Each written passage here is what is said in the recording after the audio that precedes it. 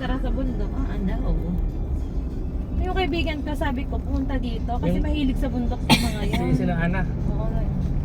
Sabi ko na. Nasira na yung mga nahilo ko.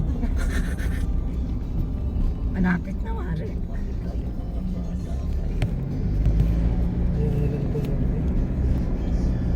Malakas talaga ang tricycle dito eh. Kung yan silang nabiyahe.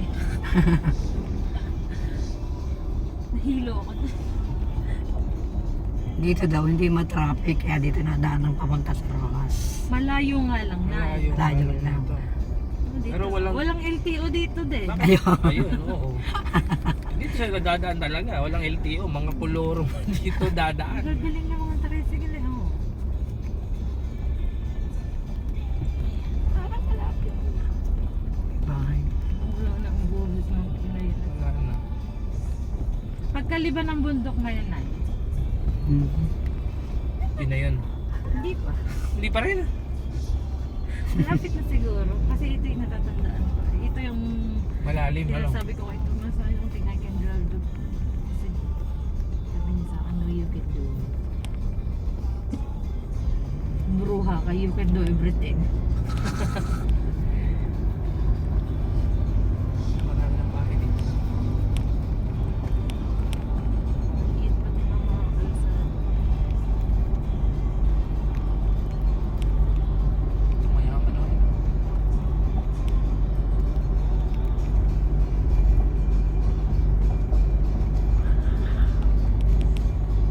Ang ganda ng ano.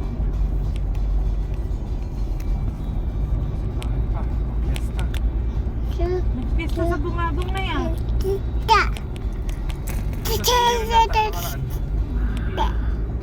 Ah, sa bansa, sa bayan? Oo. Sunod yung mga ano.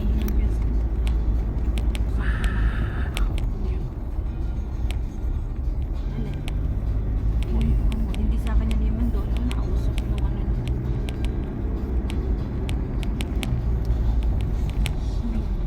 Pasig.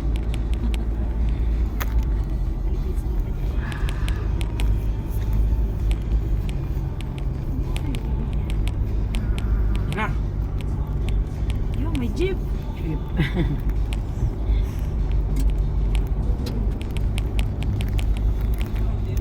Hindi ako Matitingin dito. Diyan ka tumingin. Pag-stop ko ay ganda ng view.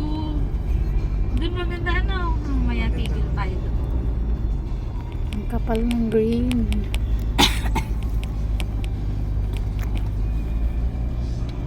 Ano ito? Awa, ito.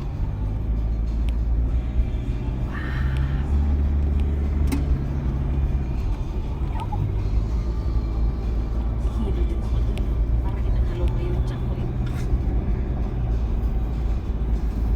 Nay, dito ka na tumira. Wala pang may bahay din niya. Bundok sa unahan. Ano binibenta dito?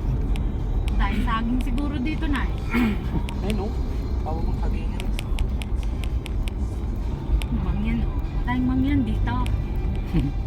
Ay oo, dito sila nakatira eh.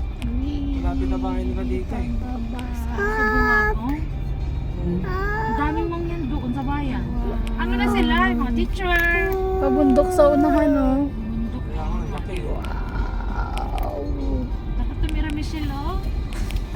Hindi mabubuhay dyan. Walang muli. Kasi hindi ka daw mabubuhay. Tapos ang maririnig mo lang yung mga kulilis. Kulis-lis ng ibon. Sila. Wow! Ang ganda ng view. Taga na Ang hirap mag-ano dyan. Oh, bahay dyan sa tuktok niyan. O, yung mangga na yun. Eh, dahil balot. Grabe. Binalutan yung mangga ko. Mamaya balikan ko yan lahat. Ano na balutan yan? Hangga. Muling meron. Paanong hagdan? Eh, nasa ano? Galing din ng tao magawa ng paraan. Taas ng bundok. Ano ba bundok yan? Asa na tayo? Hindi ko din alam. Bakit Careful, may nakita- careful. Oh my God, look at that view. Pagtatanga-tanga ka sa bangin talagang diretso na. Ayan, oh. Oh Dito my mo umikot goodness, pa this dyan. is crazy. This is my first time driving. Makakarating ka na ng Kalapan. Kinakabahan ako. Ano? Eh, nata malapit na ata tayo. Hindi ko alam. Basta. Slow lang, slow. Hindi ako magtingin sa view. Ang ganda ko. Ay, ang ganda din. Hello, wow. Okay yan. Ito na yun eh. Tulay. So pretty. Wala pa naman tayong nadaan ng tulay. Malaki.